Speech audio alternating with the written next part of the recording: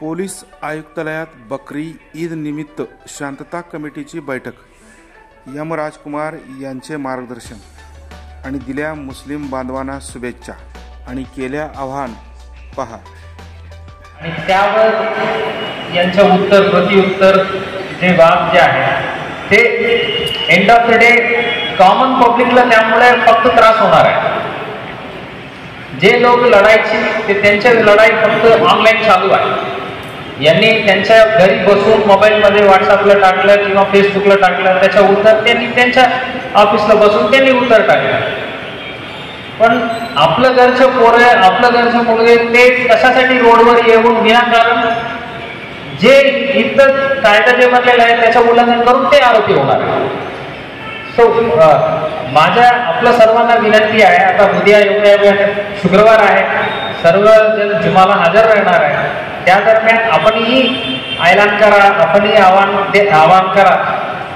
Social मीडियावर जरा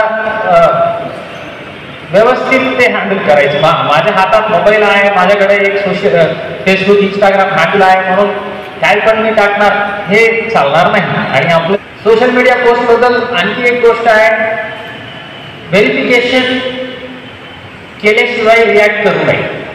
आता बकरीचे सकाळी 10 वाजता कोणी काही जे जानवर कुर्बानी देणे बंदी आहे, फॉर एक्झाम्पल काही गोवंश आहे ते कापलेल्यासारखा एक फोटो टाकून बघा सोलापुरात आसरा चौकात हे कापलेलं आहे असं टाकलं तरी ते काही खरं तिथं आसरा चौकात कापलं असा अर्थ आहे का? व्हेरीफाय करायला पाहिजे. फोटो गुगलला इतके फोटो तुम्हाला हजारो करोडो फोटो मिळेल.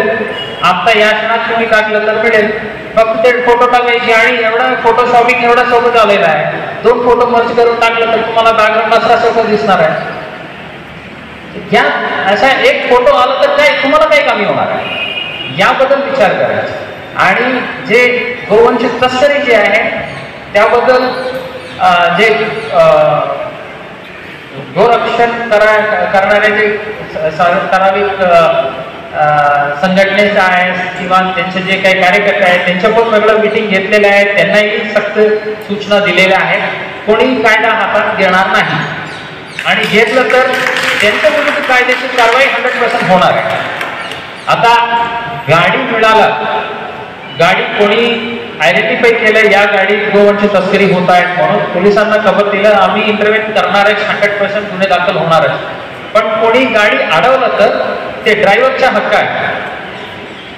त्यांचे फ्री मुवमेंट जे कोणी अडवतात किंवा त्यांना मारपीट करतात ते ड्रायव्हर कंप्लेंट बनणार आहे आणि ज्यांनी हे कृत्य केलं त्यांच्या विरुद्ध गुन्हे दाखल होणार, तेच क्लिअर आहे.